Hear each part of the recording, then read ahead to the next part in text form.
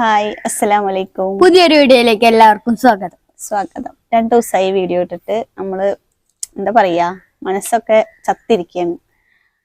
ഒരു സുഖമില്ല.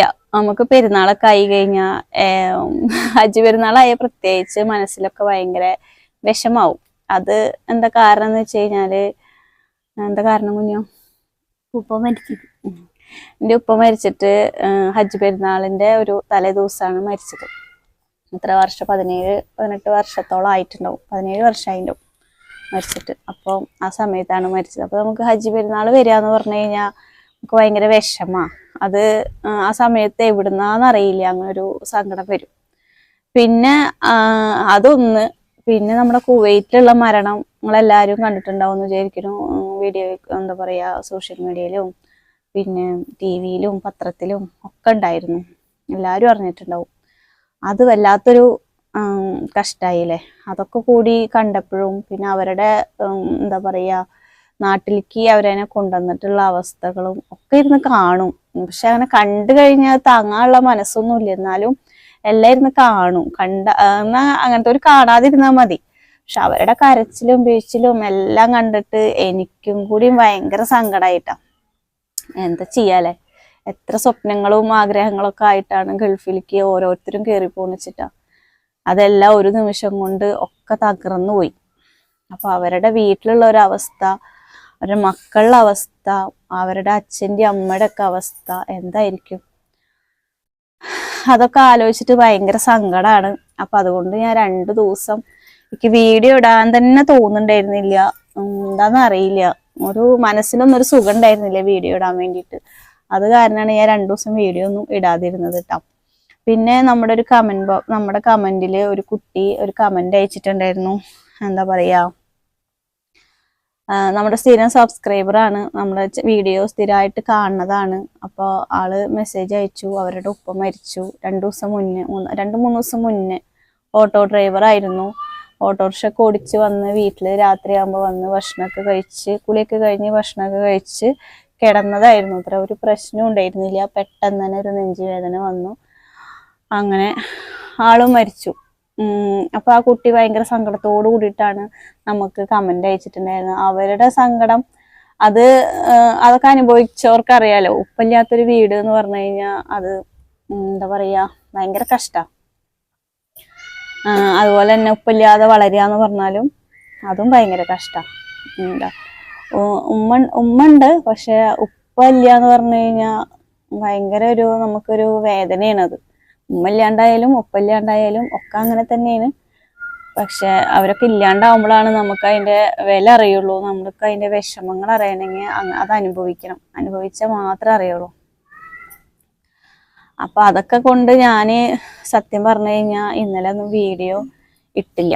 ഇന്നലെ ഇട്ടില്ല, മിനിഞ്ഞാന്നും ഇട്ടില്ല. എല്ലാം കൂടി ആലോചിച്ചപ്പോ പിന്നെ പെരുന്നാളുമാണ്. പെരുന്നാളായി കഴിഞ്ഞാ സംഭവം നമ്മൾ നല്ല സന്തോഷത്തില് കൊണ്ടാടേണ്ട ഒരു സംഭവമാണ് അല്ലേ. അത് ഇങ്ങനെയൊക്കെ ഓരോന്ന് മനസ്സിലേക്ക് വന്നു കഴിഞ്ഞാൽ സത്യം പറഞ്ഞു കഴിഞ്ഞാൽ അങ്ങനെയുള്ളൊരു സന്തോഷമൊന്നും വരുന്നില്ല നമുക്ക്.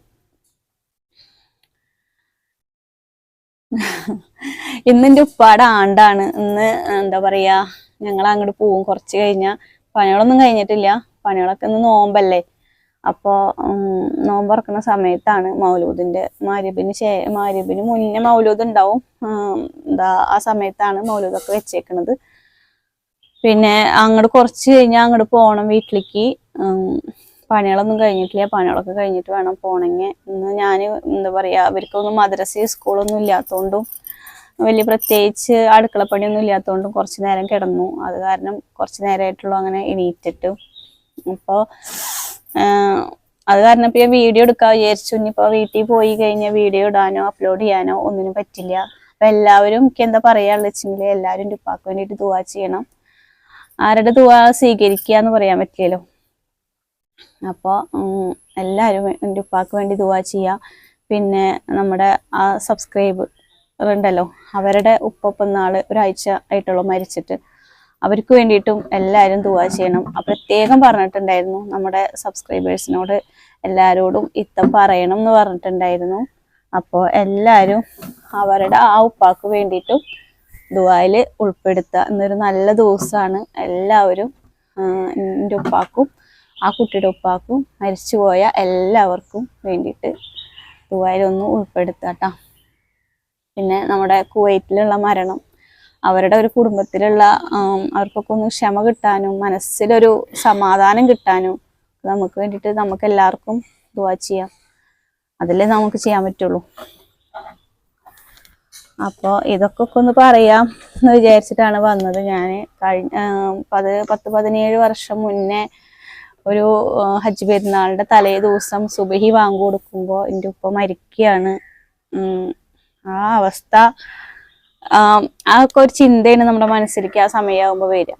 മരിക്കണ ആ ഒരു സന്ദർഭവും ഉപ്പ പറഞ്ഞിട്ടുള്ള ഓരോ വാക്കുകളും ഒക്കെ നമ്മുടെ മനസ്സിലേക്ക് വരും. എന്തായാലും വീട്ടിൽ പോയാൽ ഞാൻ അങ്ങനെ വീഡിയോ ഒന്നും എടുക്കില്ല. ആർക്കും അങ്ങനെ വീഡിയോയിൽ നിൽക്കാനൊന്നും താല്പര്യമില്ല. അതുകൊണ്ട് തന്നെ ഞാൻ വീഡിയോ ഒന്നും എടുക്കില്ല. അപ്പൊ ഇന്നും ഞാൻ 2 മണിക്ക് വീഡിയോ ഇട്ടില്ല എന്നുണ്ടെങ്കിൽ നിങ്ങൾ ഞാൻ എന്താണാവോ എന്ന് വിചാരിക്കില്ലേ. അപ്പൊ അതുകൊണ്ട് ഞാനിന്ന് നേരത്തെ വീഡിയോ എടുക്കാം, കാര്യങ്ങളൊക്കെ ഒന്ന് പറയാം എന്ന് വിചാരിച്ചിട്ടാണ് ഞാൻ ഇങ്ങനെ ഒന്ന് വീഡിയോ എടുത്തത് കേട്ടോ. അപ്പൊ 2 ദിവസമായി. അപ്പൊ ഇന്നും വീഡിയോ ഇട്ടില്ലെങ്കിൽ എന്താണാവോ എന്ന് വിചാരിക്കണ കുറച്ച് പേരൊക്കെ നമ്മുടെ കമന്റിലും ഒക്കെ വരും. നമ്മുടെ ഒപ്പം നിൽക്കണ കുറെ ആൾക്കാരുണ്ട്. അപ്പോൾ അവർക്കൊക്കെ വേണ്ടിയിട്ടാണ് ഇപ്പൊ ഞാൻ ഇങ്ങനെ ഒരു വീഡിയോ ചെയ്യണത്. പിന്നെ അടുത്ത ആഴ്ചയിൽ ഇവരുടെ ഉപ്പ വരുന്നുണ്ട്. അതൊരു സന്തോഷ വാർത്തയാണ്. അപ്പോ അത് വന്നു കഴിഞ്ഞാലുള്ള വീഡിയോ ഒക്കെ ഞാൻ ചെയ്യാം. അതിന്റെ ഒരു പൊലിവിലാണ് ഇവരൊക്കെ ഇരിക്കുന്നത് കേട്ടോ. നമുക്ക് സന്തോഷമുണ്ട്, സന്തോഷമില്ല എന്നൊന്നുമില്ല. പക്ഷെ ഇപ്പൊ കുറച്ച് വിഷമത്തിലാണ്, എല്ലാം കൂടി ആലോചിച്ച് കുറച്ച് സങ്കടത്തിലാണ്. അങ്ങനെ കുറെ കാര്യങ്ങളാണ്. അപ്പൊ അതൊക്കെ ഒന്ന് ഷെയർ ചെയ്യാം. ഒന്ന് നമ്മൾ എല്ലാവരോടും ഒന്ന് പറഞ്ഞു കഴിഞ്ഞാൽ നമുക്കൊരു സമാധാനമല്ലേ. അപ്പൊ അതൊക്കെ ഒന്ന് പറയാച്ചിട്ടാണ് ഞാനിപ്പോ ഇന്നത്തെ ഒരു വീഡിയോ ആയിട്ട് വന്നത്. അപ്പൊ എല്ലാവരും, എൻ്റെ ഉപ്പാടെ എല്ലാവർക്കും അറിയാം, മുന്നത്തെ വീഡിയോ കണ്ടവർക്കൊക്കെ അറിയാം എൻ്റെ ഉപ്പ എങ്ങനെ മരിച്ചെന്നൊക്കെ. എൻ്റെ ഉപ്പ മരിച്ചത് ക്യാൻസർ ആയിട്ടാണ്. ഉപ്പാക്ക് ഇവിടെ കഴുത്തിലായിരുന്നു ഉണ്ടായിരുന്നത്. 2 വർഷത്തോളം ചികിത്സിച്ചിട്ടുണ്ട്. അത് കഴിഞ്ഞപ്പോൾ 53-54 വയസ്സായിട്ടുണ്ടായിരുന്നുള്ളൂ മരിക്കുന്ന സമയത്ത്. അപ്പൊ അങ്ങനെയാണ് മരിച്ചത്. ഇപ്പൊ വർഷങ്ങൾ ഒരുപാട് കഴിഞ്ഞു പോയാലും നമുക്ക് ഇപ്പോഴും ഇന്നലെ കഴിഞ്ഞ പോലെ കേട്ടോ തോന്നണത് ആലോചിക്കുമ്പോ. അല്ല കുഞ്ഞു. അപ്പൊ ഇതൊക്കെയാണ് കാര്യങ്ങള്. അപ്പൊ നിങ്ങളുടെ അടുത്ത് ഇതൊക്കെ പറയാച്ചിട്ട് ഞാൻ ഒരു വീഡിയോ ചെയ്തതാണ്. അപ്പൊ നാളെ എല്ലാവർക്കും അഡ്വാൻസ് ആയിട്ട് ഞങ്ങളുടെ എല്ലാവരുടെയും വക ഈദ് മുബാറക്ക് പറയും. അപ്പൊ യാച്ചോട്ട് അപ്പുറത്തെ വീട്ടിൽ കളിക്കാൻ പോയി കേട്ടോ. അവൻ വീഡിയോ എടുക്കാൻ വിളിച്ചപ്പോ വന്നില്ല. അവൻ അവിടെ കളിക്കുകയാണ്. അതാണ് അവനെ കാണാത്തത്. അപ്പൊ നാളെ പെരുന്നാൾ വിശേഷങ്ങളൊക്കെ ആയിട്ട് നാളെ വരും. അതുവരേക്കും എല്ലാവർക്കും ബൈ. അസ്സലാമു അലൈക്കും.